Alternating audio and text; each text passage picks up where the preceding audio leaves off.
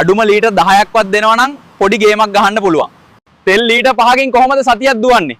පික්මි උබර් දුවන කොල්ල කෙල්ලෝ සදා අනාතයි. දවස් දෙකෙන් ලීටර් 5 ඉවරයි. මේකට මොකක් හරි විසඳුමක් දෙන්න. අඩුම ලීටර් 10ක්වත් දෙනවා නම් පොඩි ගේමක් ගහන්න පුළුවන්. නැත්තම් වැඩට යන්න වෙන්නෙත් නැහැ. Hi guys, කොහොමද? මේ ඔයාලට පේන්නේ කොළඹ නගරය තව අවුරුදු 1000ක් ගියාට පස්සේ ඒ කියන්නේ අනාගතයේදී ලංකාව මාර දියුණු රටක්. පේනවද? කොටුවේ තිබෙන බස් ඔක්කොම හයිවේ. නෝමල් බස් නෑ, ඔක්කොම තියෙන්නේ හයිවේ. සුපිරි බස්.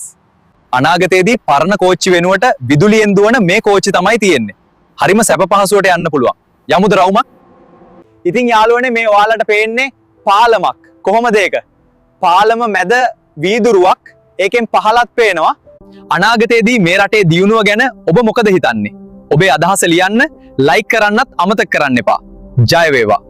ටජ් මහල මුළු ලෝකෙම දැක්කත් මුන්ටාස් දැක්කේ නැහැ. ෂාජහාන්, මේක වර්තමානයේ අපි අතර තියෙන කටවාරේ කතාවක්. හයි යාළුවනේ කොහොමද?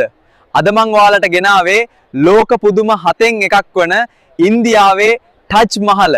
ෂාජහාන් රජු විසින් තම දේවිය මුන්ටාස් දේවිය වෙනුවෙන් හදවපු ආදරයේ සිහිවටනයක් වුණ ටජ් මහල. මේක තමයි. ලෝක පුදුම 7න් එකක් වන ටජ් මහල තියෙන්නේ ඉන්දියාවේ උත්තර ප්‍රදේශයේ ආග්‍රා නගරේ. මේක සොහොන් ගැබක්. සොහොන් ගැබක් විදියට හදපු කිරිගරුඳ මාලිගයක් මේක. මේක ෂාජහාන් රජු නිර්මාණය කරලා තියෙන්නේ මුන්ටාස් දේවිය සිහිවීමට. ඉතින් යාළුවනේ මුන්ටාස් දේවිය මිය ගිහිල්ලා තියෙන්නේ තම 14 වෙනි දරුවාගේ උපත සිදුවන අවස්ථාවේ ෂාජහාන් රජු විසින් ඇය සිහිවීමට හදපු මේ ටජ් මහල හදලා අවසන් කරන්න වසර 21ක් පමණ ගත වෙලා තියෙනවා. ඒ වගේම හෙක්ටයාර් 17ක් පුරාවට පැතිරිලා තියෙනවා. ඒ වගේම යාළුවනේ 1983 දී යුනෙස්කෝ ලෝක උරුමයක් විදියට මේ ටජ් මහල නම් කරනවා. ටජ් මහල ගැන ඔබ දන්නා දේ පහලින් ලියාගෙන යමු. වීඩියෝ එක හොඳයි නම් ලයික් කරන්න අමතක කරන්න එපා. තුන්දෙනා මෙතන මොකද කරන්නේ? භූතය තුන්දෙලෙක් වගේ. නෑ රජතුමනි මේ. හොරාට ගුලි කෑවද පුරෝහිත? රජතුමනි ගුලි දැකපු කාලයක් මතක නෑ නැද්ද? මාලිගාවේ තියෙනම් අපිටත් දෙන්න. යාළුවනේ මම අද ඇවිල්ලා ඉන්නේ ඊජිප්තුවට. අදින් වසර 1000කටත් වඩා පැරණි අතීතයට. යාළුවනේ මේ මගේ පිටුපසින් තිබෙන පිරමීඩ නිර්මාණය කරලා තියෙන්නේ අතීතයේ ජීවත් වූ ඊජිප්තු වැසියන් විසින්. ඔවුන් මේ පිරමීඩ හදලා තියෙන්නේ පාරවරුන්ගේ දේහයන් තැන්පත් කිරීමට කියලා කියනවා. පාරාවෝ කියන්නේ ඊජිප්තුවේ රජකම් කළ රජවරුන්ට. යාළුවනේ එන්න මාත් එක්ක අපි මේ පිරමීඩ ඇතුළට ගිහින් බලමු. දැන් මම ඉන්නේ පිරමීඩයකට ඇතුල් වන දොරටුව අසල. යන්නත් බයයි. ඔන්න යාළුවනේ මම පිරමීඩයක් ඇතුළට ආවා. අම්මෝ තියෙන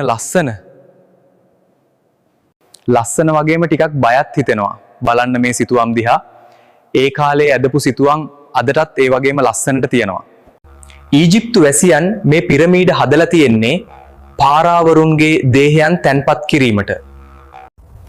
මේ විශාල නිර්මාණය කරන්නට කළු ගල් කුට්ටි මෙතනට ගෙනාවේ කොහොමද? දන්නවද? නයිල් ගඟ හරහා හෝ මිනිසුන් හා අලි ඇතුන් ලවා. නමුත් නයිල් ගඟ නම් මේ වන විට මේ අසලින් ගලා යන්නේ නැහැ. නමුත් අතීතයේ නයිල් ගඟේ අතු ගංගාවක් මේ අසලින් ගලාගෙන ගිහින් තිබෙනවා. ඉතින් යාළුවනේ නොදියුණු යුගයක මේසා විශාල නිර්මාණයක් කළේ කොහොමද හිතාගන්නත් බෑනේ. එහෙනම් යාළුවනේ නැවත දවසක ලස්සන වීඩියෝ එකකින් හමු වෙමු. වීඩියෝ එක හොඳයි නම් ලයික් එකකුත් දාන්න. මෙහෙමත් රටක් පේනව නේද? පොලිම අද ඉවර කරන්න වෙන්නේ නැහැ. උඹලා ගෙවල් වල තිබ්බ කෑන් එහෙමත් ගෙනාවද? මරු. යාළුවනේ මේ මිනිස්සුන්ට මොනවාද වෙලා තියෙන්නේ? ඇයි මේ පොර කන්නේ තෙල් විතරක් නෙවෙයි පෙට්ටිත් නැති වෙනවලු. ඒක නිසා දැම්ම වෙන් කරගෙන ඉල්ල උඹලගෙත් පෙට්ටි නැත්තම් ඉවර වෙයි.